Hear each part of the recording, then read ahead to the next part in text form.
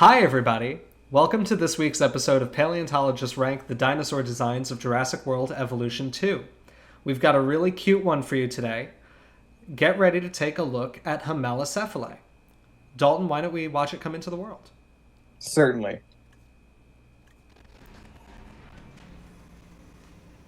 Oh my god. So cute. He's orange. He's a little Cheeto. Oh my god, he is a Cheeto. This is the cutest animal I have ever seen. And if any harm were to befall him, I would not be salvageable. Like this flat, horrible landscape. When it came out, all I could think about was like Roadrunner cartoons. He's the Roadrunner because he would outsmart everything. Absolutely. Yes. Oh yeah, look at that. Genius intellect. What's happening? Oh god. Oh my god. Oh Oh, Oh. oh no! Well, Horror. April Fools. April Fools, everybody. We're talking about the It's Feathered the Species wrong Pack today. number. Hi, everybody, actually, this time. It's April Fool's Day when we released this video, so we thought we'd start with a little funny on you. We were going to feature Hemalocephalae this week, but Frontier decided to do something unusual and make a Feathered Dinosaur DLC pack. And we think that this is worth covering right now. So we're going to push Hemalocephalae to next week. It's very cute. I know everybody's very sad about it. You'll see him more later. But first, we got to talk about some of the most scientifically accurate dinosaur designs we have seen in this game so far. And we all really like a lot of them. This is going to be a fun, positive video, I hope. Before we get started, I am, as always, Dr. James Napoli of the North Carolina Museum of Natural Sciences and North Carolina State University. Hello, doctor. I am, for the first time, Amelia Zietlow, PhD student at the American Museum of Natural History. And I am perpetually Scott Johnston, the vertebrate paleontology, fossil preparator, and technician at the Harvard University Museum of Comparative Zoology. And I don't get a fancy title in front of my name. I'm Alex Rubenstahl. I'm a PhD candidate from the prestigious Yale University. I'm Dalton Meyer. I'm also a PhD candidate at the existent Yale University. But together, And together, we're the skeleton. We're the skeleton crew. And we're We did it. suffering from Zoom lag.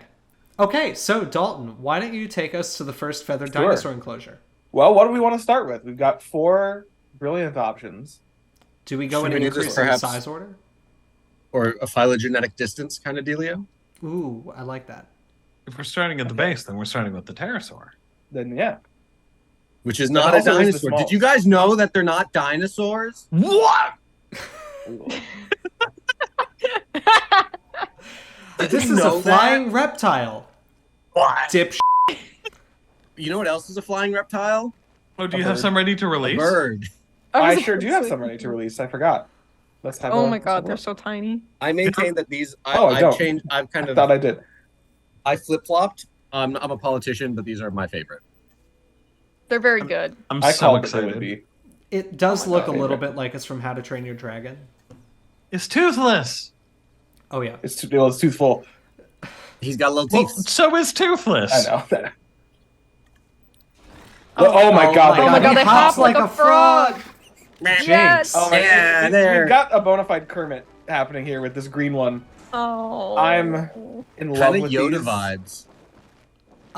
Oh, my God. Oh, It's- golly jeepers. It's Wow, just look a at that. flying head. You gotta watch him eat. You gotta watch him eat little bugs. They're so the cute. tail flopping? Oh, my God. Good God, these are amazing. Look at this little dive. Oh, Oh, my God. You gotta get one. You gotta get one at Eating. a bug feeder, doing little I've- bug feeding. I do love that they've introduced an entirely new type of feeder just for these Just guys. for this, yeah. they deserve the world. They deserve more. I haven't seen anything quite this special in a long time. This one. I There- have. Oh my God, there. Look, did you catch him eat that little moth? Yum yum We need yum. one. We need one of these for our apartment. Yes, he would be very well fed. Is he flying backwards? He He sure is flying backwards. This I don't know. He's too small. He can't. Look at his overcome the wind. eyes! Oh my god. Oh. I'm just I was gonna say, delighted. can we pause it and just Put it admire in it? slow motion while he flies Yes. backwards. He's getting pushed by the wind. He's too small. Oh my Small. god.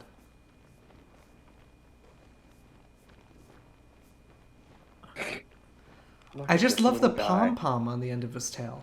He's a Mothman. Oh my god, he is Mothman. Oh my god, the bridge is gonna collapse. He's gonna warn people, maybe, or cause it, maybe. Oh Unclear. my god. He might just be a being who exists on a slightly higher plane, so he knows about it first. This is an elevated being right here. This Yes, an he elevated is. being. Do It's not question criminal the that this- elevated one. That this organism went extinct, and we should Yeah. go to heaven and kill God for this injustice. Correct. Or just die and go to heaven, because all of them are there. It's true. If there is a god that killed these off, I do not wish to believe in them. Perhaps he realized that they were in danger on Earth. I choose to believe that these ascended on their own accord and just chose to leave. Okay, should we say science about them? Is there Can Perhaps- I have no science left in my brain, Alex. So this is He's still going backwards.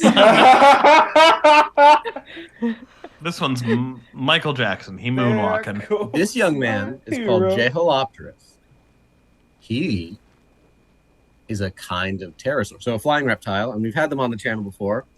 He is from a group of small little pterosaurs called ignorognaathids that show up in the Middle Jurassic and I think persist into the early Cretaceous. And they're a group of these pterodactyloids, which means they don't have long tails, and they have short little. Well, these have shorter necks, but they're a short-tailed group of pterosaurs, which distinguishes them from earlier pterosaurs like Dimorphodon, which is in this game. You're correct. Into the early Cretaceous. Based. They have This a one's goose very lineage cute. going back into like the late early Jurassic, but that's about it. They have a short little face, and they come from more what are believed to be more inland depositional environments. So where a lot of pterosaurs are are from more coastal depositional environments. This might be more indicative of what a more inland pterosaur looks like. Although I do believe there are some from the Solnhofen as well. Jeholopterus is important and probably featured in the Feathered Dinosaur Pack because it is one of several pterosaur species for which we know we have direct evidence of feathers or feathery integument. It was actually a small point of contention because the specimen that was kind of used to describe feathers in pterosaurs initially, where the authors identified not just kind of little hairs, but nearly a half dozen different kinds of feather types across the body, almost all of which are seen in dinosaurs. So structures that are basically indistinguishable from the feathery integument of dinosaurs. One paleontologist would actually argue that these were degraded collagen fibers and that pterosaurs were naked. There is not good support for this. We have other pterosaurs with very clear evidence of feathers, like Tupendactylus. But Well, wasn't it said for a while that pterosaurs had their own unique covering and not feathers? yes, it was. So when I think before the first feathered dinosaur, actually, kind of a hair-like feather was a hair-like integument, a hair-like covering was known on some pterosaurs, and this was given the name pycnofiber, and that was given. This term was erected actually a pretty long time after the integument was first identified, but it was given a specific name to distinguish it from feathers because of a believed distance between pterosaurs and feathered dinosaurs. So at the time when it was named, this term was given, we knew there were feathered dinosaurs, but they were like, feathers appear to have evolved in Silurisaurian dinosaurs. So it's inappropriate to call these are convergent structures. We're going to call them pycnofibers. Now, that being said, the paper that names them also then clearly says in no uncertain language that they're basically identical to dinosaur filaments, and there's no real morphological difference. but they just wanted to be careful because there was this perceived gap at the time. As the fossil record has improved, we found feathers on earlier theropods, we found feathers on ornithischians, and just the fact that this little guy, this cute little bud, Jeholopterus, has all these feather types and feather shapes that are found in dinosaurs leads us to believe that this is a shared structure. This is a structure that is shared due to common ancestry, and such would be appropriate to call feathers. And I think it's worth pointing out that, like, this isn't just something that we've seen in a lot of other pterosaurs, and this animal right here is just another one that has these branching filamentous structures and stuff like that. Jeholopterus itself is kind of the linchpin that kind of holds this thing together. Isn't that right? Yes, I would say that the identification of what are very clearly branching feathers in Tupandactylus, where we also get melanosomes, is what is the nail in the coffin for pterosaur feathers. Actually, I didn't know that about Tupandactylus. Yes, I thought Jeholopterus pretty... was the first one. No, Tupandactylus is the most recent one, but it's also probably the most just like knockout. It's like, whoa, okay, that's they're a feather. branching. Yeah, they're like tufted at the bottom. No, and we can throw up a figure in editing just to show from the paper. It's quite striking. But yeah, so Scott, I think, do you have anything to say about its wing shape and its particular ecology? Yeah. Do you want to correct an error you made last week? Yep. If you watched our teaser trailer video, I made a oopsie whoopsie on that and made a said little wucky. A little wucky, and now I have to go in the forever box. But so I misspoke there, and what I meant to say, but I'll reiterate it for this one, is that Jeholopterus is a bit unique when it comes to pterosaurs in that it has specifically relatively low aspect ratio wings. And what I mean when I say that is that if you look at something like oh my god, look at it just like in the grass. It's a bullfrog with wings. It's well, oh my god. Their name does mean frog mouth. Yeah, is it really? Yeah, Agneuro from frog and okay. I was about to say I thought Jeholopterus just meant the wing from the jehol biota. Oh no, yeah, not Jeholopterus, but the group Nathan's means. But so okay. But when I say they have low aspect ratio wings, if you look at other pterosaurs like Pteranodon, Drobiognathus that we were just talking about, or a really good example of this in modern birds are things like albatross, that they have very like front to back narrow but very long wings, and that wing shape is pretty indicative of long range, low energy gliding. Things that were traveling really, really, really long distances without flapping their wings very often, kind of coasting on thermals and updrafts and things like that, and just kind of like living their lives on the wing. We see this, well, especially in things like in pterosaurs like Nyctosaurus that even like lost their 3 fingers for walking on the ground.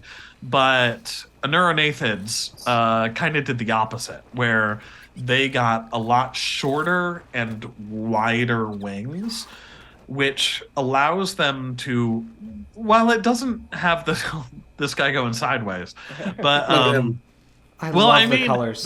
Well, that's one of the things is it doesn't give them the same like energy efficiency of long distance travel as we see in other winged animals with the high aspect ratios, but it allows them to be incredibly maneuverable and to have good bursts of speed and deceleration. It essentially, they're ramping up control at the cost of energy efficiency. So that in addition to their big, huge eyes and their short little faces, has indicated that these guys might have been either bat or owl or nightjar or nighthawk analogs. That these guys were living in really dense, complex environments like forests and jungles and stuff like that. They were hunting in low light conditions, hence the big eyes, and that they were probably catching small prey on the wing. Hence why we have the new insect feeders here. That these guys were probably just pterosaur bats. And cuter than bats. Much cuter. Bats are cute, but this is currently overwhelming. Yeah. I have my own that I'm currently looking at on my PlayStation, and I'm obsessed with them. These guys are tremendous. I'm making them in all sorts of fun different colors. But they're tremendous more in the way that they're very not tremendous. They're so small. They're so small. They are, yes, they're minuscule. I'm really in love with the design here. Mhm. And How probably big is it? Oh, they're Oh, tiny. I can go into first person. teaser, right? About the tufts, right? Right. So they've What? got these tufts of feathers that are pretty clearly aping I'll try Like- to post up on them. great horned owls and other birds with the ear tufts. I think the designer has stated that they are not intended to be external ears, which is great. So it's evocative of that. It makes it look a little bit more like a bat, but they are not supposed to be big external ears, which are not features that... Does any reptile have external ears? No. I don't think That I so. can think of. I'm going to Yeah. say a careful no. Right. Just knowing how weird reptiles are, I'm sure somebody in the comments is going to be like, well, there's this lizard species with only 4 individuals alive that lives on an island, and they have an external ear. But as far as I know, They've got big silly. They've got ears like political cartoonists would give to Barack Obama. right, just Oh, God. yeah, big ears. We're But yeah, such just- fools for never having heard of glupsensis. Did you coin that? That's all. That's great. Excellent. It's another club. Oh, gonna that's land. brilliant. This in this week's episode of the Of the Mandalorian. Mandalorian. Yeah, That was brilliant. that was Oh my very funny. God. We're gonna Thank leave in you. the video us talking about how funny we thought that was. Amelia, you gotta trademark that because that slap. I personally think that this is, without any question, an S tier design. And do we have any heartless, soulless naysayers in the crew today? My only criticism is that it doesn't exist in real life and it can't be my friend. Yes. Fair. My only input would be not only is it S tier, but I think it should be at the top of S tier. Yeah, this is That's fair. Oh my god. this is yeah. goated. We're displacing Oh. the Lost World and Jurassic Park 3 Velociraptors. Yes. Correct. Yeah, without question. Yeah. Oh yeah, it's Absolutely. like not even close.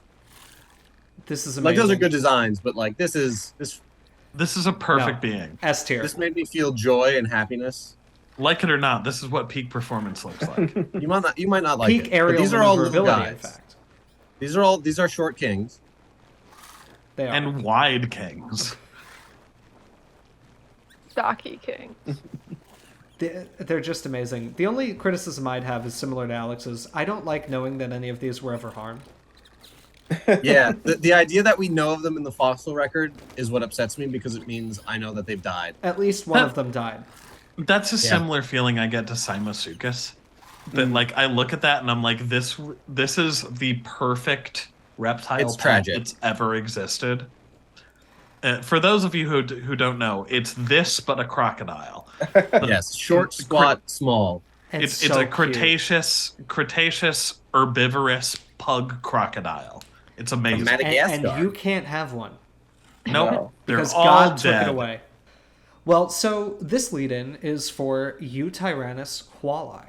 So Yutyrannus is the largest known confirmed feathered theropod. It is Largest found- known confirmed feathered Feathered anything. dinosaur. Yeah, feathered anything. Yeah, right. Dinosaur, vertebrate. Yeah, Um, good point.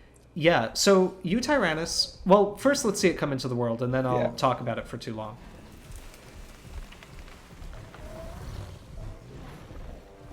Oh my god. That's really menacing how they all come into frame. That's excellent. That looks really cool.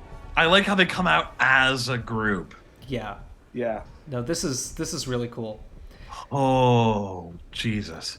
So those of you who have been fans of dinosaur paleontology for some time are probably aware that the Yixian formation of the jehol biota in China is the source of a lot of the really, really exquisitely preserved, almost like art piece looking feathered dinosaur fossils. They're just stunning. These beds, I don't know when they were actually first discovered. Ooh. I think You guys are feisty. I think when Mao was still alive. Wait, really? Yeah, I think they were originally discovered like They were discovered pretty by the early. Japanese, Wow. Now, actually. By the And Japanese. then kind of during their occupation of China. I was reading it on the Wikipedia page Oh my just God. before we started recording. They were like, "Oh, there's fossils in here of like reptiles and stuff." Wow. Okay, well that's chilling. now anyway. I can introduce our group to a fun paleontology word that's fun to say, because the Yixian is, and the jehol biota in general is, and I'm sure Amelia will correct my pronunciation on this because it's German and she speaks German, is what is known as a Lagerstätte. oof. Amelia, how do you say it? Amelia, do it. Lagerstätten. Lagerstätten? Lagerstätten. It's got an A umlaut on the second A. Well, but I was It- trying to say it's singular. This And is it's a specific a- kind, right? Lager. Well, how's it? I always see it written in plural. I think guess it's I gotta just think. Städte. I thought it was Lagerstätte. Lagerstätte. Yeah, I thought I Okay, did Lagerstätte. that. Yeah, Yeah, it doesn't matter. I okay. think there's still an umlaut if it's. No, there is. Yeah. Yeah. Okay, so Lagerstätte. Yeah. Okay. It's, like it's a conservat, right? Like there's Yes. there's Mhm. two kinds Two or kinds. something, right? It's either preservational or abundance, basically. Okay. Yeah. Okay. Yeah. Because And this like, is kind of this is both. this is kind of both, but like we get some where I think things like the Cleveland Lloyd dinosaur quarry that I worked in a while ago count as a Lagerstätte, Mhm. but That was like so not close to what Amelia said. You're okay, doing why don't- fine, Scott. we'll Don't let just don't let dub this. Amelia over every time I say it. It's like in SpongeBob when he gets the karate tape. Like, SpongeBob SquarePants. Yeah, it's this other formation I worked in is known as a, Lagerstätte. and then just So anyway, Scott, continue. yeah, and so that was kind of it, really. Yeah. It's a fun word. Well, right. So Well, what does it mean? Well, so a Lagerstätten. It's like a place of deposit. So lager is like storage or like storage, and then Stätte is like place. So it's Where we place get the name of that deposit. beer from. What? Oh, Lager. Oh, right. Okay, that makes sense. And in proud German tradition, that name was probably introduced at a geological conference, and it was the funniest joke anyone told.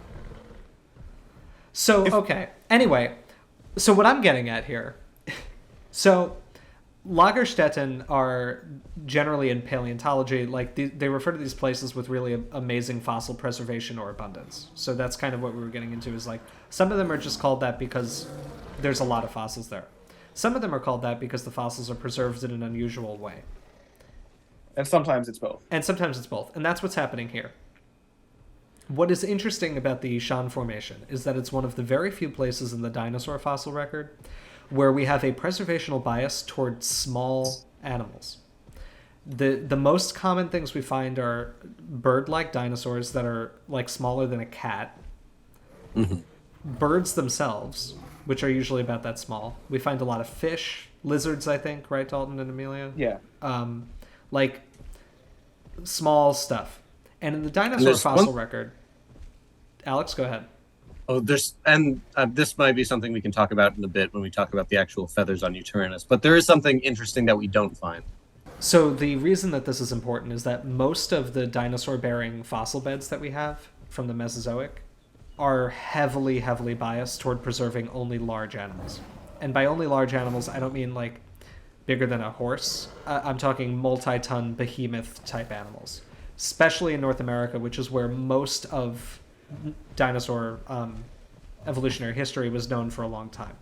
Like Right. a bunch of horses duct taped together. Oh yeah, Right. If you think of the Morrison, there are like 8 million Apatosaurus and one Silurus fossil. It's mostly Camarasaurus in my experience. Yeah.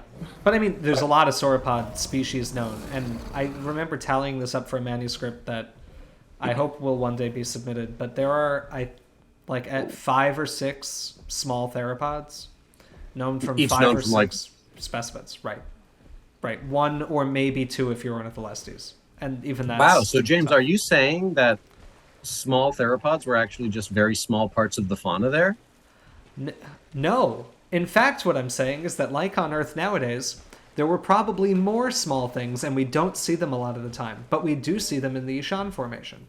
What we tend to not see a lot of in the Yixian Formation are big things, because the main mode of preservation are these small things probably drifting out into the middle of a deep lake and sinking. And deep lakes have no oxygen at the bottom, so things that fall down there don't decompose very quickly. And then they can be buried by silt. And the silt, because the deep lake is almost motionless, you get these very, very fine particles that settle there. And you can preserve things with remarkable fidelity. So we get impressions of feathers and these perfectly preserved small dinosaurs. And then we also found 2 things that are nearly as big as T-Rex. Right. Right.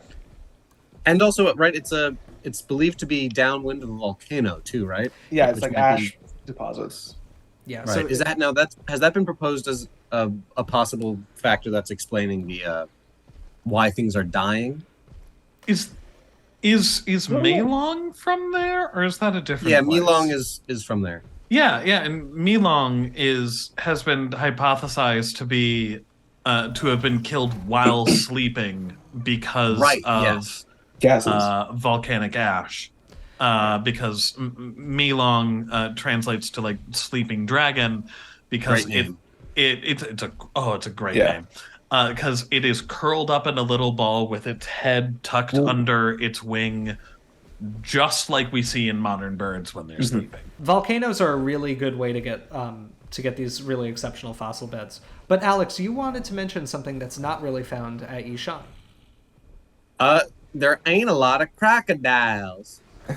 And by ain't a lot, I mean there are none. And this is interesting because one of the only animals that has a good fossil record, at least one of the only reptiles with a good fossil record, are more derived crocodilians, so things that look like alligators and crocodiles. And generally, these semi-aquatic crocodiles are believed to have already become kind of slow and sluggish and are generally believed to be pretty good proxies for environmental conditions, so at least warm or subtropical conditions. And this is suggestive that perhaps the jehol biota, at least in the early Cretaceous, the Yixian, is a little cooler, maybe temperate, or even a little cooler than that.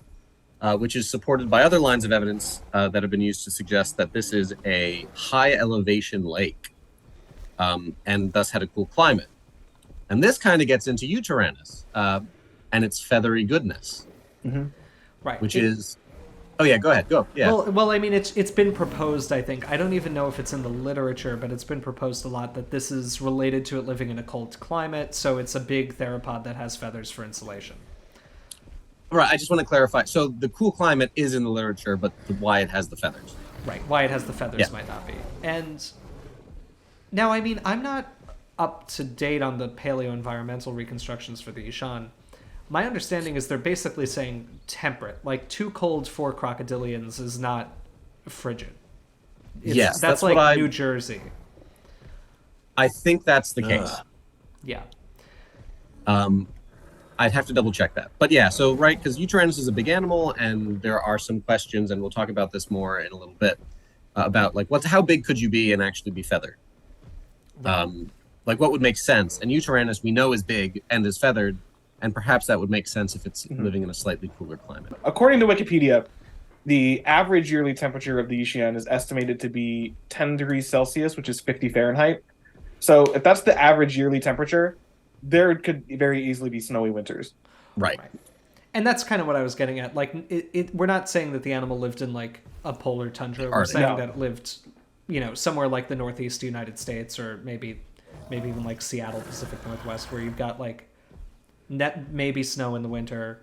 Right. But it's not God's cold chosen places. Right. Now, so as you might also get from the name Yutyrannus, one of the other reasons that this animal is so famous and so notable is that it's a tyrannosaur, or it's a tyrannosauroid, which is science speak for it's a member of the same lineage that tyrannosaurs belong to, but it's not particularly closely related to T-Rex, all things considered. Mm-hmm. Right? What's really neat about Yutyrannus is that it's one of only 2 potential known species, the other being Sinosauropteryx, of large-bodied, early diverging tyrannosauroids. It belongs to a group we call Proceratosaurs. It's the group that Proceratosaurus and is Guanlong also in this game? No, Monolophosaurus. No, it's not in this game, but right. And Monolophosaurus isn't a tyrannosaur. No, it's not. No. That's why I was getting. But they were synonymized at one point. Yes. Correctly. Can I also say, just real fast, sure. I looked it up, and apparently the average annual temperature in Boston is about 50 degrees. Interesting. All right, so these guys are real Beantown boys, right. having a Dunkin'. Oh, you get some Dunkin'? Right. Some Dunkin'? So Proceratosaurs are currently known from Europe and Asia. They're all small-bodied except for these 2. Sinotyrannus is really poorly known. It's a very incomplete specimen. Yutyrannus is known from 2 individuals that are completely preserved, that are touching by their tail tip. It's very weird. Know they were together. They were together. I didn't know that that's what this looked like. So when I was looking it up the other day to do the skull drawing, I was blown away by how incredible they were. I had no idea. I thought it was like a typical tyrannosaur situation where there's like a maxilla and a toe. But nope. No. These are beautiful. Two whole dudes. Two whole dudes with all of the dude there. They're just incredible. They're certainly not 6 feet apart. No, they were gay. Oh my God. Yeah. Oh my God. You gotta leave room for They may have been chilling in the hot tub if it was a hot spring. So anyway, Yutyrannus is really cool because it's not only showing that early tyrannosaurs had feathers, it's also showing that tyrannosaurs got big a couple of times independently. And going back to what we talked about in our episode on Shinjausaurus, tyrannosaurs getting big in the Cretaceous of North America happens pretty late in the age of dinosaurs. That's like a last 20 million years or so of the Mesozoic kind of thing. But that lineage had previously experienced a rapid body size increase in the early Cretaceous in Proceratosaurs, of which Yutyrannus is one of the most advanced members. So there's something to be said here for evolutionary parallelism. There's something also Amelia actually pointed out to me that I had never noticed before. So she made many realizations while doing the skull drawing. And one of them was that this animal has 12 teeth in its maxilla, which is a very low tooth count for a theropod that has teeth. The only other theropod in the Tyrannosaur family tree that I know of with 12 maxillary teeth is Tyrannosaurus itself. So there's a lot of parallel evolution trends going on here, where I'm sorry, actually it doesn't even have 12; it has 11. Which I think that it was 11. Yeah, at least again to clarify, this is what I counted from the photograph that's provided in the publication, which does not describe how many teeth it has. Yeah. So take that with a grain of salt, that there could be a small tooth position, perhaps, that doesn't have a tooth in it that I didn't see because I'm working from pictures. Right, but in any case, it's definitely not more than 12. Yeah. Yeah. And I mean, I went in and counted 2, and it's the same thing. End result is this is a really cool and important animal scientifically. It tells us that, tyrannosaurs are a group that are so well known and so famous that I think a lot of people assume their evolution is really well understood. And there's a lot more interesting stuff going on there than than you'd see at first glance, just given the complexity of body size evolution and other things with their ecology. It's really, really interesting, and it's something I'm actively working on. So I can't say anything more at the moment. A question I have. Oh, go ahead, Scott. I was about to say, I am kind of struck by the fact that it has slightly wacky proportions for such a large tyrannosaur that like it's real leggy. If Wow, you saw anything, that on Twitter? I did, but I'm segueing it into an actual point. Besides just, oh no, I think they made the legs too long. Just like, oh wow, this actually like it genuinely does look like if you took one of the small tyrannosaurs and scaled it up. Yeah. It has incredibly long arms that also notably have 3 fingers, not 2, like you see in the more advanced tyrannosaurs. And it, even though it is a tyrannosaur, it does look very distinct from the later ones. Yeah. What I wanted to ask about in terms of parallelism is so one thing that Amelia pointed out when she was doing the skull drawing that I didn't know about Yutyrannus is that it has a midline kind of nasal crest, and you can see it in the model here a little bit. It's got this raised midline thing, which you see in other Proceratosaurs like Guanlong and Proceratosaurus. But this model also has some like hornlets over the orbit. Does the fossil have that? I'm assuming it does. Yeah. I just don't remember off the top of my head. Yeah. Is that something that's seen in other Proceratosaurs that we know about? I don't know if they're complete enough. The only one would be Guanlong, which I will check. Guanlong right now. definitely doesn't. You sure? That's another. Yeah, if Guanlong doesn't, I hope so. If that holds true, it's another interesting little parallelism in terms of tyrannosaurs getting large, is they also independently developed supraorbital display structures. Guanlong does not seem to have them. They got So, yeah. hornier. Yeah. No, so yeah, it's the same thing. They're developing big lacrimal crests, which is something that derived tyrannosaurs tend to have. Theropods in general tend to have that, though. Like allosaurids also did the same thing. It seems to be a good place to put horns. Mm-hmm. Yeah. So I have a question about the other weird thing that I noticed while drawing it, which is all the crazy little pneumatic holes in the crest in the middle of its snout. What's up with that? That would appear to be a reduction of what normal Proceratosaurs do. Their crests are heavily excavated. Oh! Yeah. No, now that I'm thinking about it. Okay. Yeah. That's Guanlong weird. has That's... those big holes through its crest. Yeah. Okay. Yeah, so I think they're kind of reduced in forming almost like a network of small holes rather than big chambers. Yeah. That would be my guess. I haven't seen this material in person. This is a great animal. I'm happy it's in the game, and I'm happy that they did it so accurately. Yeah. I mean, even down to the kind of wonky leg proportions. I say this a lot. Tyrannosaurs are very pursuit-driven predators for most of their evolutionary history. They tend to have really long hind limbs. Like, the thing they showed a lot of the most similarities with are ornithomimosaurs in the hind limb construction. So weird. Got those arctometatarsus. Right. They do, yeah. And troodontids, which are also leggy pursuit predators. Right. It's almost like there's... It's almost like there's convergent evolution or something. I was going to make You were going to make a joke at Tom Holtz's expense? Yeah, I decided not to, because Tom's nice. Tom's a nice guy. His result wasn't crazy. No, with the data he had at the time, very reasonable. Yeah.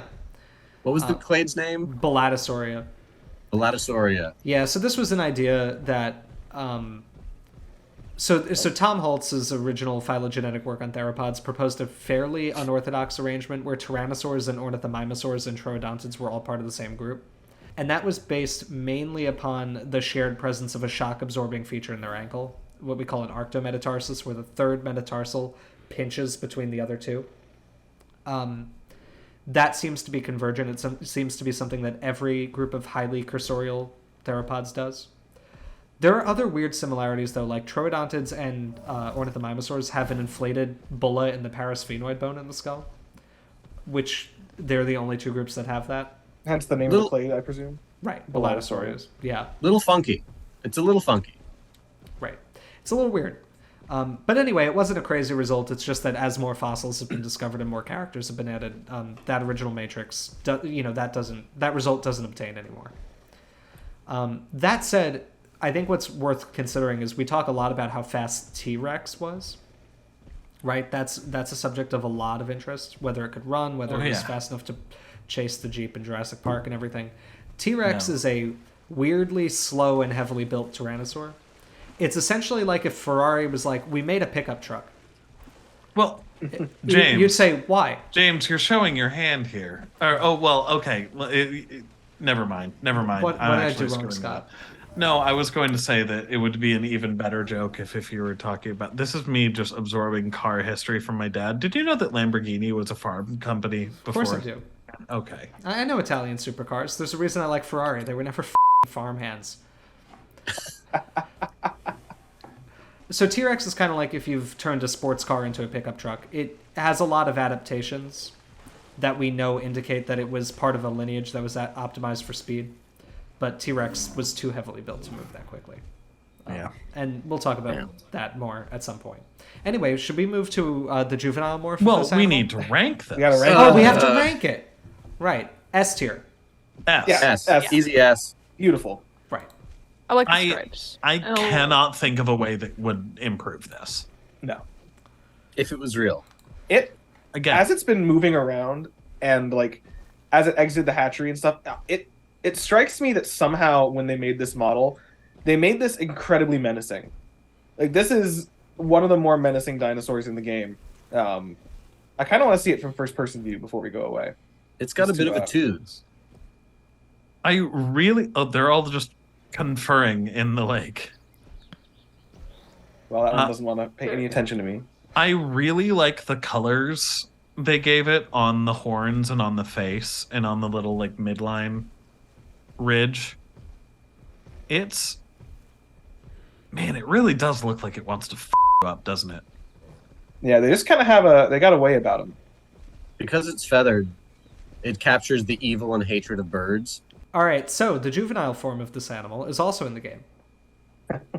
Boo! I'm going to complain about it again later.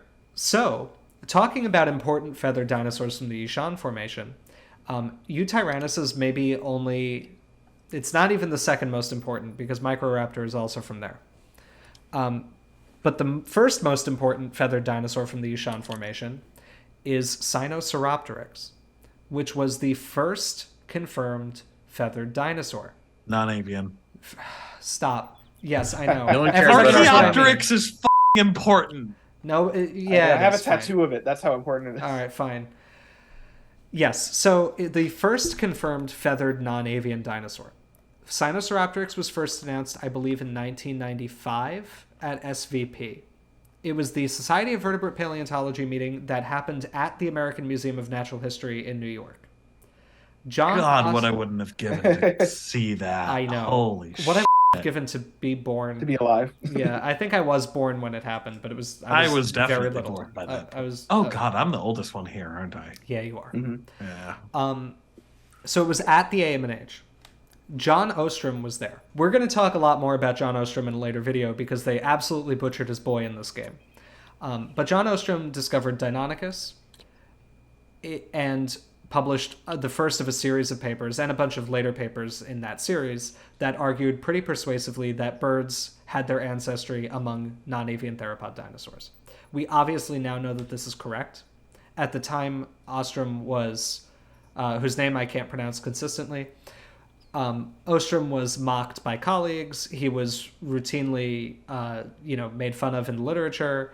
The idea that They birds pantsed him, swirlies, all the 9 yards. went willies Well, in I his mean, ear. not universally. Not universally. There was support for the idea with Yeah. dinosaur paleontologists, ornithologists.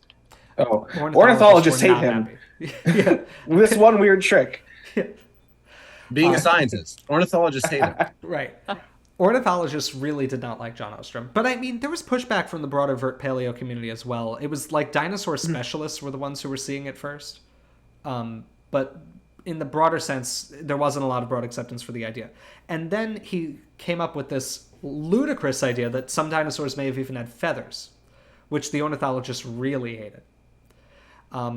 By the time this conference happened, he was very old. I think he was starting to suffer from Alzheimer's disease, which is ultimately what he died of.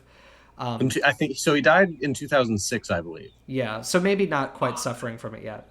But, Well, apparently, yeah, I don't want to spoil them. yeah. You continue your story. Well, so he was not doing great. He wasn't really researching actively anymore.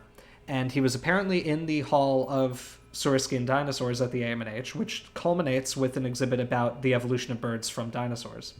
when Canadian paleontologist Phil Curry showed him some pictures that he had smuggled out of China that showed a picture of the first known fossil of Sinosauropteryx, which was covered in a halo of feathers. And according to the story, John Ostrom just absolutely lost it and started weeping right there at the vindication Which is very of his cool. long-standing idea. Yeah. It's an amazing story. And it really underscores the importance of Sinosauropteryx. This is what clinched the bird origin, or the theropod origin of birds. Mm-hmm. And, this made it undeniable. It had already been supported by a lot of phylogenetic evidence, but here we have proof that feathers have a much longer history than just birds. We now know they likely go back to at least the common ancestor of pterosaurs and dinosaurs. This is really what proved it. Sinosauropteryx is also scientifically important for other reasons, but I'll let somebody else talk about those. Can we see them, Dalton? Let's have some come out. I want to see my friends because I'm also looking at them currently in my park. They Oh And my my God. god. are also so cute. They Truly adorable. I, They- Oh, look they at that play one! music. Oh my god! Nipping at each other's little tails. These are feisty. They remind me, God, what am I thinking of? I think I'm thinking of lemurs. Like ringtail lemurs. Yeah. that Makes walk sense. With their little... they give They're Kawadi a ringtails. little bit too. That's the other Red animal. panda. Mm. Also, that what we've kind of all danced around too in these remindings is something. The other thing that's important about Sinosauropteryx, among other, oh my God, look at the background, they're fighting. We'll see that more later, I'm sure. Is that So we cute. have Wait, strategically. Oh Oh my my God. God. It's like a Looney Tune when they fight and just dust appears. That's Babies. stupendous. Little- And I love that their tails stick out above the grass so you can see them. No, so what you may have noticed is normally when we release these animals, we do the random color, random pattern to get a swath of kind of what the game's design is showing us. And we'll be showing off some other colors and patterns of these, don't worry. But the reason that we chose to do this orange and white patterning, and the reason we had a debate about whether or not it was orange in the teaser, is that Sinosauropteryx is one of the dinosaurs for which we have data that suggests its coloration and its color pattern. It's not the first dinosaur that we applied this method to, but it is among the first dinosaurs that this method was applied to. So by this method, what I'm referring to is, as James mentioned before, in the yixian, you get the preservation of feathers. And the fidelity of the preservation is so exquisite that if you take the individual filaments of the feather and you put them under an electron microscope, you can get an image of the preserved organelles of the cells of the feathers. And among those organelles are organelles called melanosomes. And I believe we've talked about them on the channel before, but if we haven't, just to reiterate what those are, they're organelles, so they're little parts of the cell that control the pigment of a cell. So they give the cell its color. And there are generally two kinds. There's pheomelanin and eumelanin. Pheomelanin typically produces reds, browns, kind of these ruddy colors. I might pause you there for a half a second. At least as far as I understand, there's generally two types that can preserve. No, there are two types of Really? melanin. Yeah. Never mind. At least There for are- birds, right? Well, and mammals. Cut me off. There Continue. are, Scott, you're right. There are other kinds of pigments that don't necessarily preserve in the fossil record, Yes. but there are really two kinds of melanin. One that gives like browns and reds, and one that gives blacks, which But is there were eumelanin. other ones, but please go ahead. No worries. And the two different kinds of melanin are produced by two different melanosomes that have different shapes. One is like a sphere, and one's a rod. I don't remember which one's which. I think pheomelanin's a rod, but I could be incorrect there. But Yeah. That 50-50. sounds right, but I'd have to check, and I'm currently looking at Sinosauropteryx. look at him go. But in any case, you can get a sense of what colors these feathers may have been because you can see under the electron microscope what the distribution of these melanosomes was across the body. This technique was first used on the dinosaur Anchiornis, and it was pioneered by Jakob Winter alongside Derek Briggs, who's a faculty at Yale and is And based and a, cool. a true excellent person. And great scientist. Yes, You might know him for his #1 hits like Anomalocaris and what are- Anomalocaris, figuring out what that looked like and figuring out what the Cambrian was like. and what conodonts look like. Basically just doing all He of the did real that? work. Yeah. Wow. and also helping to figure out what color some dinosaurs were. So famously, Banger after banger. Anchiornis came out and it's like black and kind of with white speckles, and it's got a little red head crest. The same method was applied to Sinosauropteryx, and turns out that the body was mainly probably like a ruddy orangish red color, and it had these ringtail bright stripes. Yes, much like Scott. These are Scott-colored animals with white striped tails. Now, there is, of course, some caveats to consider, which is that, as Scott alluded to, there are other kinds of pigments that can occur in feathers that don't preserve in the fossil record. So there are carotenoids that animals derive from the things that they eat, and those are like the things that turn flamingos pink. There are also structural colors that give things iridescence, and a lot of, I believe, the blues and greens that you see in birds are related to structure. And that, I think there's been some work recently that shows that sometimes you can get some information about that, but it's not as reliable as the Right, there was a snake fossil, if I recall, that had pigment, right? Well, within the dinosaur world. Isn't Kaihong? Microraptor. And I think Kaihong as well, maybe, but I know Microraptor. They found the structural color signature. I don't remember how they did it, but it indicates black coloration and iridescence. So just like a grackle. So we know was it Archaeopteryx? We know they've also done it. Okay. So because technically speaking, the holotype of Archaeopteryx isn't what you think of when you think of Archaeopteryx. It isn't like the Berlin specimen or the London specimen of these beautiful entire whole bodies of animals with these wonderful feathers just radiating off of them, sort of thing. The holotype of Archaeopteryx is the single feather preserved in amber. Yeah. Right. Not amber. And that feather, we have determined, was black. Wait, did Scott say amber? Yes. Yeah. It's not amber. It's also in the lithographic limestone, where the rest of the Archaeopteryx come from. Oh, wow. But it is just an isolated feather. Yes, okay. It's Sorry, I don't mean to be rude. I'm actually... I got hardcore actually. To sidetrack really quickly, if the holotype is a single feather, how did they diagnose the others? Because they were the only other things that they found in that formation that had feathers. So they're like, these things must be the same. This was in the 1870s.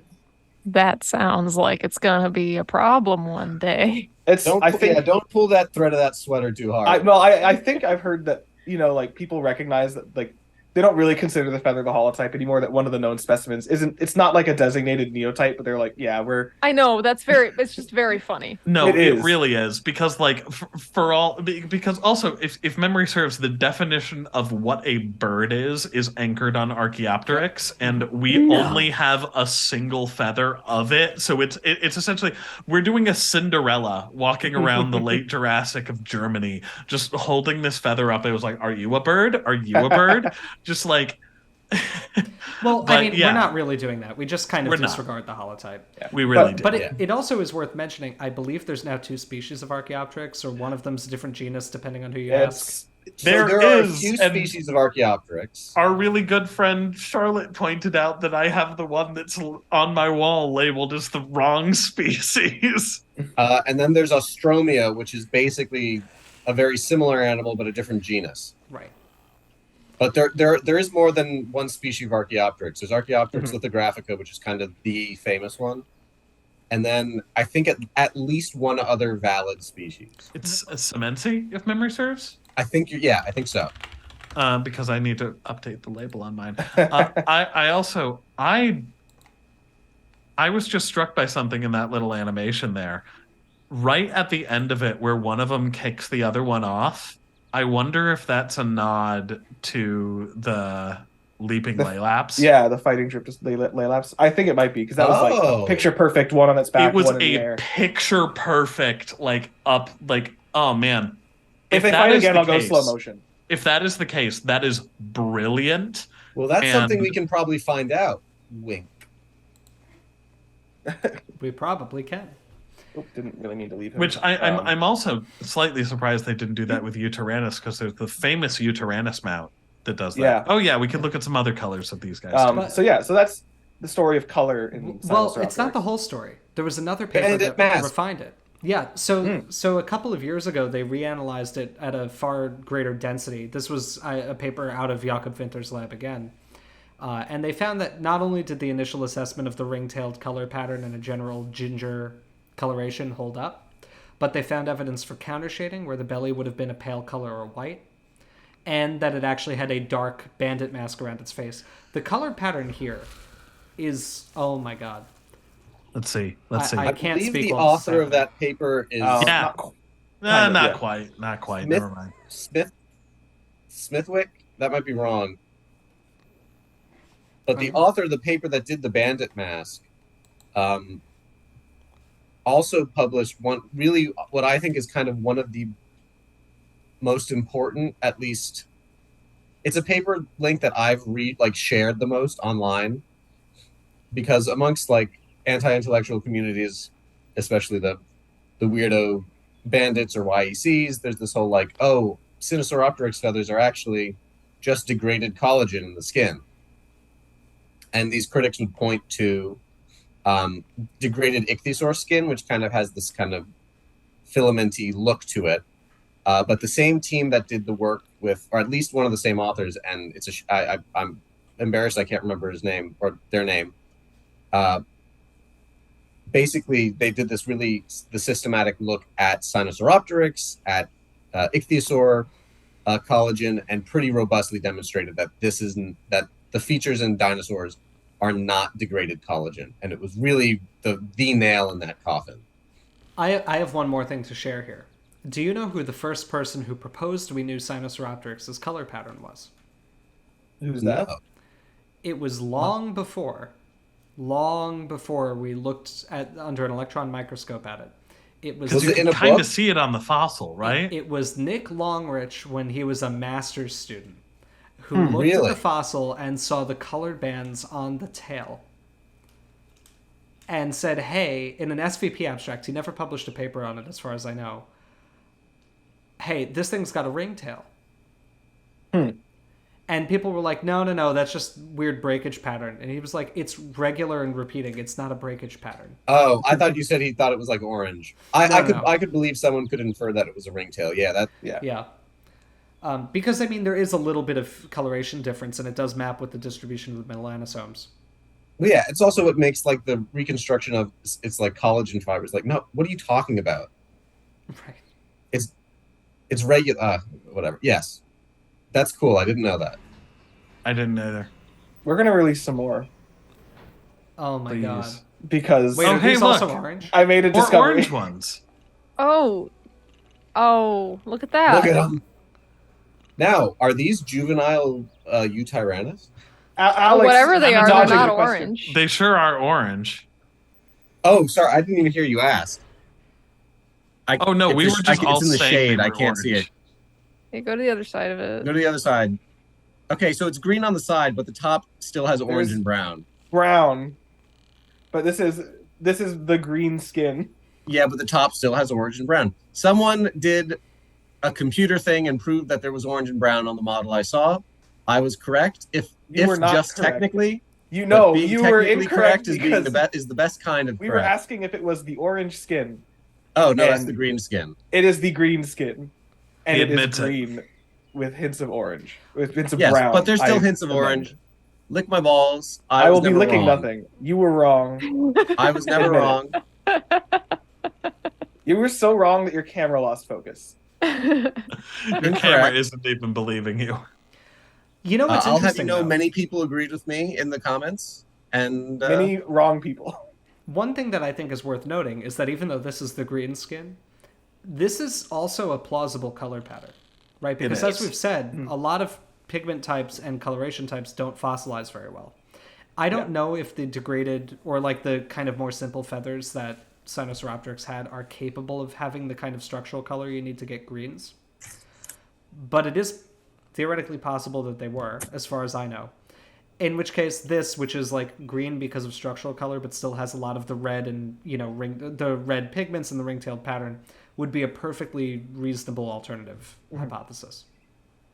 I do So, appreciate it's that all really the cool. designs have the ringtail. Yeah. That's what makes it cute.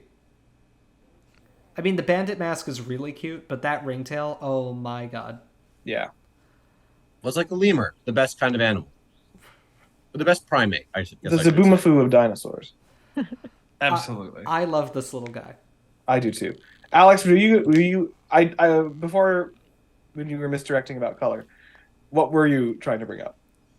I don't remember because I was Were you asking, traumatized. is it venomous? No, he was asking if it's No. the Okay. juvenile. juvenile. form Oh, of if it's a Yutyrannus. juvenile from Yutyrannus. Because that's also not Sinosauropteryx that had that proposed. It's another one of the Sino I thought it Saur was something. Sinosauropteryx. that was proposed to be venomous. No, I actually think that Was it is a Saur different- ornitha? Or It's was it Sinocaleopteryx? no, just a second.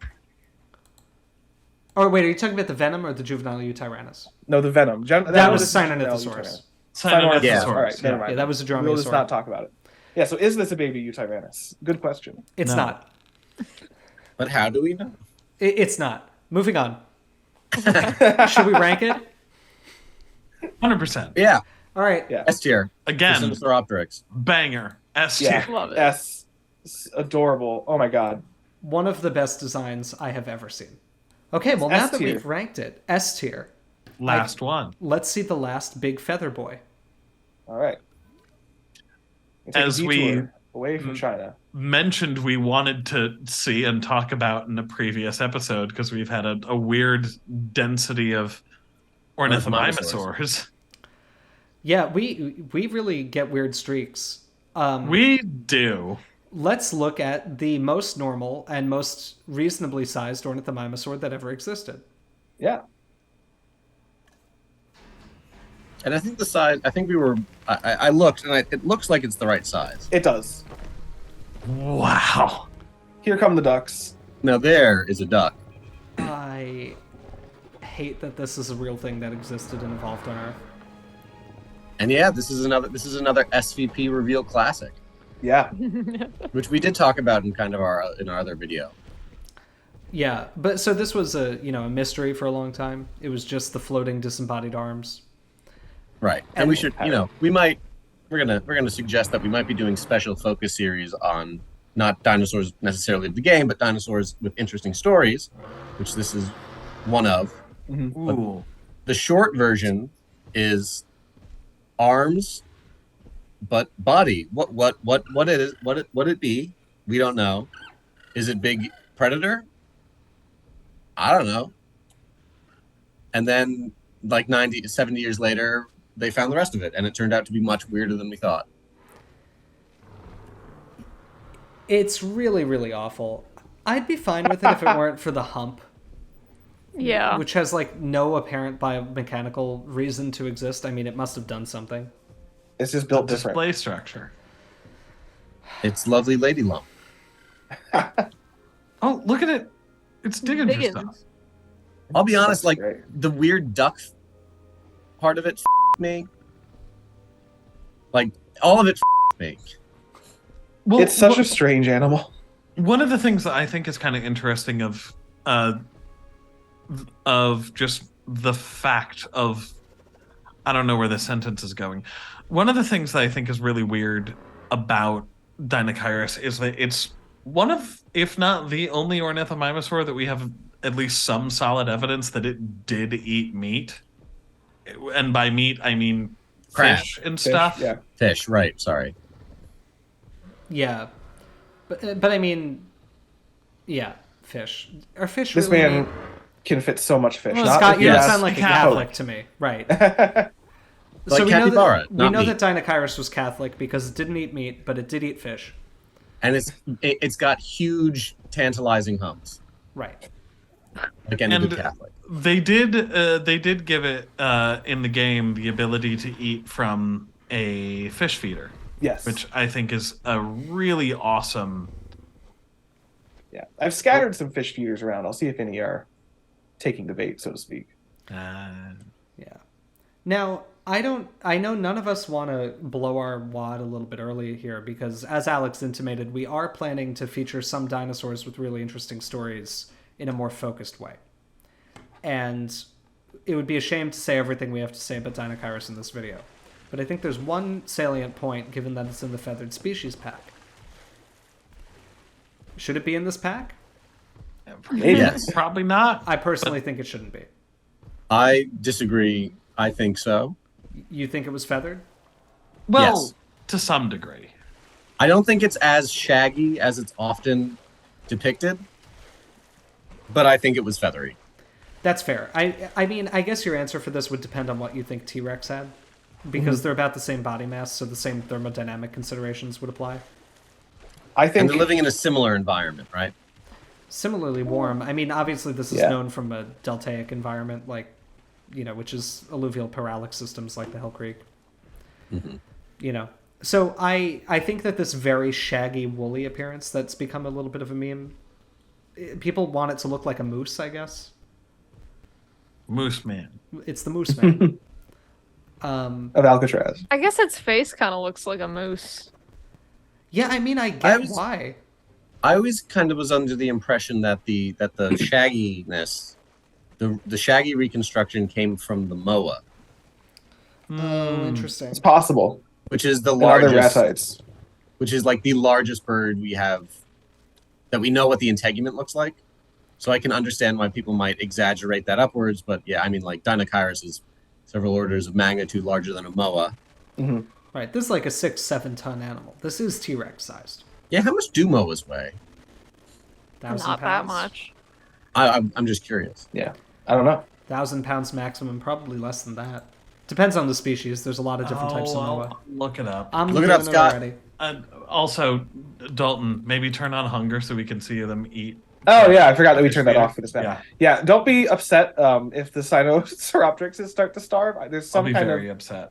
there's some kind of thing going on where I've provided them mini feeders, but they are not eating. Hunger strike. Wow. They're upset also, about the homalocephaly harm. I also find it very funny that I look up moa size and it's saying a minute of angle is an angular measure that is. Oh my god. Okay, so I said 1,000 pounds for a moa. This shows how much my brain has been rotted by working on giant theropods. The maximum way less size than estimate for a North Island giant moa is 88 kilograms. I am an idiot. My brain is soup. A kilogram you can roughly equate to about 2 pounds, Right, so it's like 150 pounds. not even 200 pounds. Oh Wow, wow, light bill. they weigh less I mean, than birds- me. Birds be light. Yeah, Birds do be light. Most of its skeleton is air. That's cool. Yeah. Well, it's like I remember I saw a fun factoid a little while ago that, granted, not flightless, but that if you were to pluck all the feathers off of a pigeon, its feathers weigh more than its skeleton does. That's very cool. Now I have Which a is question. fun. How much does Yutyrannus weigh? Estimated. I think estimated about 2 tons. So this is much bigger. This is Yeah. much bigger. A lot. Interesting. Yeah. This animal under- is... Sorry, Dalton, you go ahead. no, I was gonna say it's under. What were you going to say about this animal? This animal, as depicted, would cook to death under its own feathers in minutes. Yeah. So the argument here, the kind of crux of this is that the dinosaurs are endotherms. They're warm blooded, so they make their own body heat, and feathers, hair serve the same function in that they're insulation, right? Whether or not the animal wants them to be, even like having that kind of coat that traps air against the skin and prevents heat from convecting off the body is insulating the animal. And so if it's making its own heat and then insulating, the issue becomes not staying warm, but the issue becomes how to not overheat. Right. And so that's one of the reasons why a lot of the big mammals today are hairless or very short-haired. So things like elephants, giraffes, right? Or they don't- have some sort of heat dissipating feature, Yeah, like like- elephant ears, Mhm. which I wonder if this is me just spitballing. Don't say I it. wonder. No. Never mind. Did they have big external ears? We're all the way back to that point. That I want- isn't what I was even gonna say. And- Did you say the Anybody's- arms? I was gonna say the hump. Oh, no. Well, no, I don't think so, because the hump is skeletal. It's a muscular thing. No. I was just gonna say, I wonder if just an increase in surface area that's relatively thin could be increasing the surface area with a minimal volume increase. That's not skinny enough to do it, I don't think. It's Fair. going to contribute a little bit, but to increase surface area, you need big skinny structures. Like elephant ears are a great example. Usually highly vascularized and accessible on both sides. I want anybody who thinks that Deinocheirus had this degree of feathering, Which, by the way, I want to emphasize, this isn't a fault on the model itself. Like, this is a beautifully done version of it. It's actually my favorite big feathered Deinocheirus I've seen in media. I like this better than the one in Prehistoric Park. Same. I just don't think that this general trend in paleo art is right. Prehistoric Planet. Sorry, yes, Prehistoric Planet. One day I'll get those also. Would you like, if the yixian, right? If that's a temperate Boston-esque biome, right? Right. Would Yutyrannus not overheat in the spring and summer? Could have lost the feather. I sure do. I'm sorry, Scott said something, and I Scott said he overheats. Oh, and I mean, we overheat in New Haven in summer. We almost die. It's a miserable hell. But yet we persist. So, Yes, I mean, if this thing's eating fish, what if its way to stay cool is just it's in the water all the time? It would work. I mean, it could work, but even like hippopotamus that are a lot smaller than this. Right, they're pretty naked. sparsely. Well, because also feathers do weird things. Like feathers and fur that are wet against the body start to do odd things. Like that could actually lead to the opposite problem very quickly. Yeah. Mm. One thing like people who get hypothermia in hot places because they're wet. Right. Because evaporation cools you down, and that would happen fast.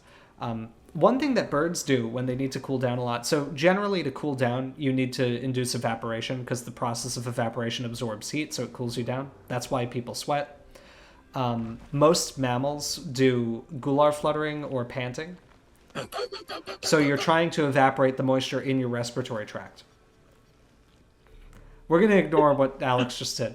He was doing a demonstration. It was helpful. I was gular panting. Right.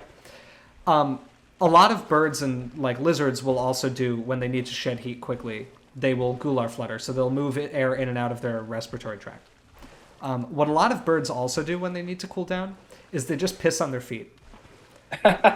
Me too. Which are unfeathered and naked, so they don't have the weird problems associated with having the feathers wet against the body. And that promotes evaporation and it cools them down. So vultures will piss on their feet a lot, especially like vultures on the African savanna. So if this animal were this feathery, what I'm saying is it would, every time it's overheating, which I want to emphasize would be every few minutes, it was just pissing all over its feet. Just you little piss baby? down. Just a little piss baby. This would have smelled bad. It's a big herbivore. It's a big herbivore living in a very wet environment. Regardless, sometimes supplements plants with fish. Right. Yeah. Regardless of how feathery it was, this animal stunk to high heaven. Yeah. Big herbivore in a hot, wet climate.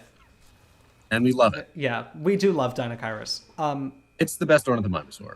Hands down. We should maybe mention the fact that it's in with Hemalocephalae because they lived in the same environment. Yeah. Yes.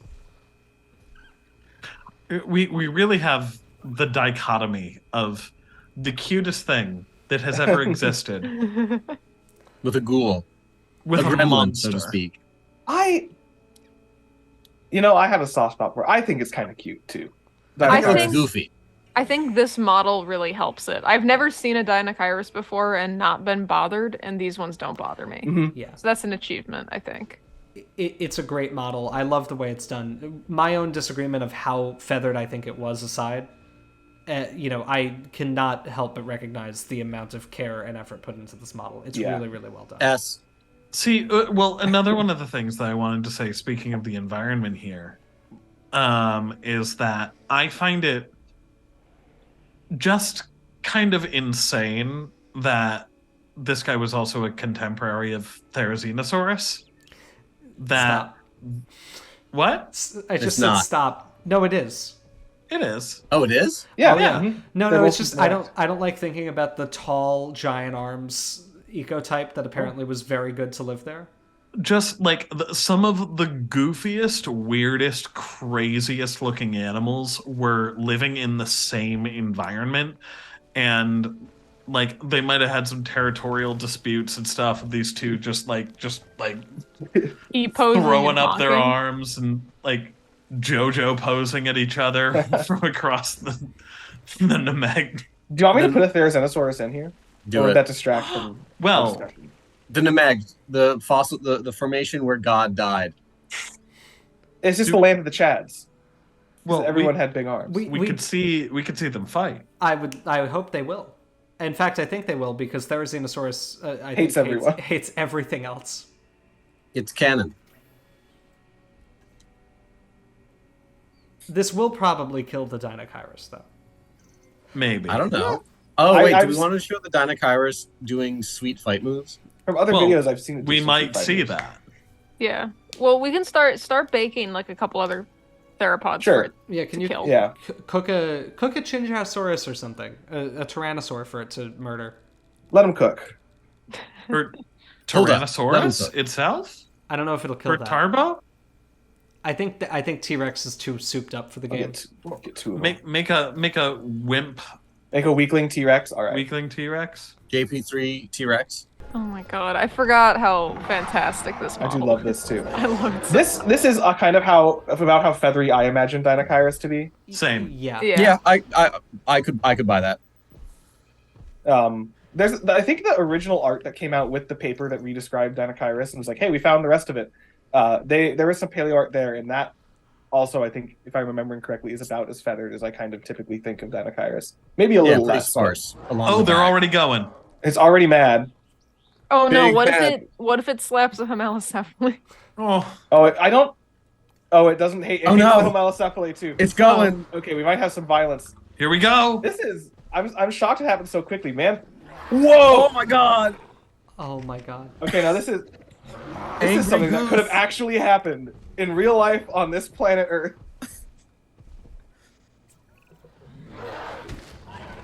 It's a slap fight too. I love it. It's the battle of the big arms and claws. Oh, It's just Deinocheirus rank 1. Yay. Oh my god. Good It's job. it's an arm wrestle. All right, Freddy, go off and go In lick the your end- wounds. Love wins over hate. All right, well, should we just start pumping out the rest of these bad boys? Yes. All right, let's do the. Well, I'll start cooking you up. We'll just do one, and I'll release. Remember, these two. kids, Deinocheirus is an animal that smelled but loves you. Therizinosaurus is an animal that hates but also smelled. and also smelled. All dinosaurs were stinky. Except for Hemalocephale, which smelled like vanilla and cinnamon.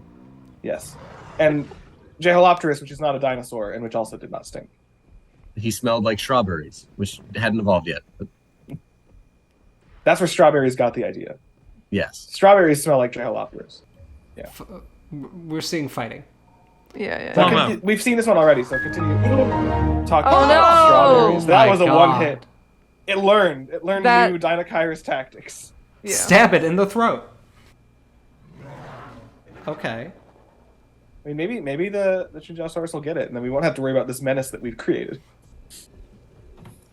This is like when Oh, it's like when they release cats to kill like bullfrogs. Oh my god. I just wanted to see the Deinocheirus kill the Therizinosaurus.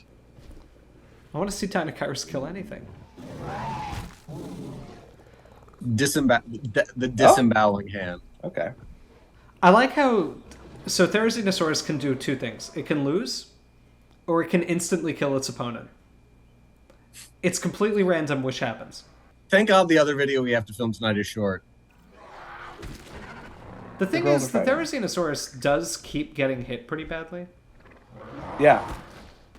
Like, it's- Eventually, it might die. it's not winning a lot of these fights. Oh, I enjoy how the Deinocheirus just throws its whole body.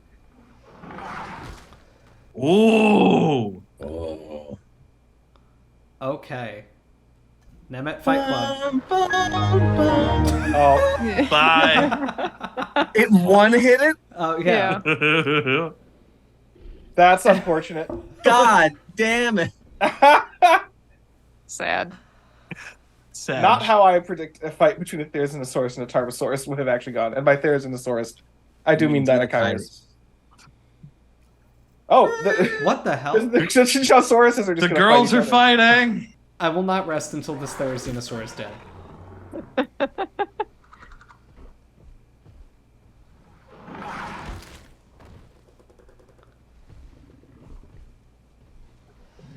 Come on. Do it. Kill me. Do God, the sounds are great. They really are. Can we edit in like a predator sound? God! He's already healed back to 50%. Oh He's my God. unkillable. Okay. Let's rank Deinocheirus and leave this. All right. Leave Thunderdome. I vote A tier only because Deinocheirus doesn't make me feel all warm and gooey inside the way everything else in this pack does. Ooey gooey. I'm torn because I also hate it as a concept, but this design is so well done that it makes me forget it's Deinocheirus, if that makes sense.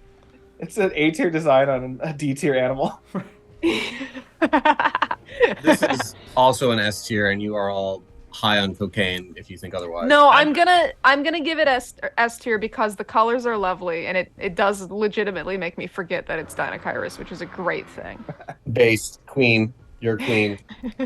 We love you. I'm agreeing with Alex. This thing is absolutely hands down S tier. This is one of, if not my favorite depiction of Deinocheirus. Yeah. Okay. It's S tier for me. It's S tier for me, folks. So the cool kids have it, and the losers No, lose it. you know what? Amelia swayed me. I think the fact that this animal is good enough that You're only changing your opinion because you're losing. No, I'm not. You convinced me. Hey, that's a good reason to change your opinion. This is true. I always thought that it was mostly orange. Anyway. So I'm going to rate Deinocheirus. Let me see if I can find it here, if my mind will scab over before I have to see it. Deinocheirus is S tier. So there you have it, folks.